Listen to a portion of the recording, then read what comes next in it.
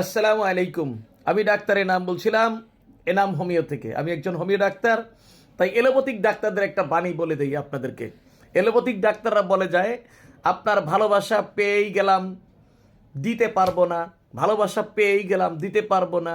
আর হোমিওলারা বলে কি জানেন, ভালোবাসা দিয়েই গেলাম, ভালোবাসা পেলাম না। কারণ হোমিওলারা চায় আপনি ভালোভাবে সুস্থ থাকেন, সবল থাকেন, কিন্তু আপনারা চান এলোপ্যাথিকের ভালোবেসে মরতে থাকেন। আপনারা এই কারণে আপনারা এলোপ্যাথিকে বেশি করে চান। আজ পর্যন্ত কেউ আপনার রোগ থেকে মুক্তি পাননি, কেউ পাননি।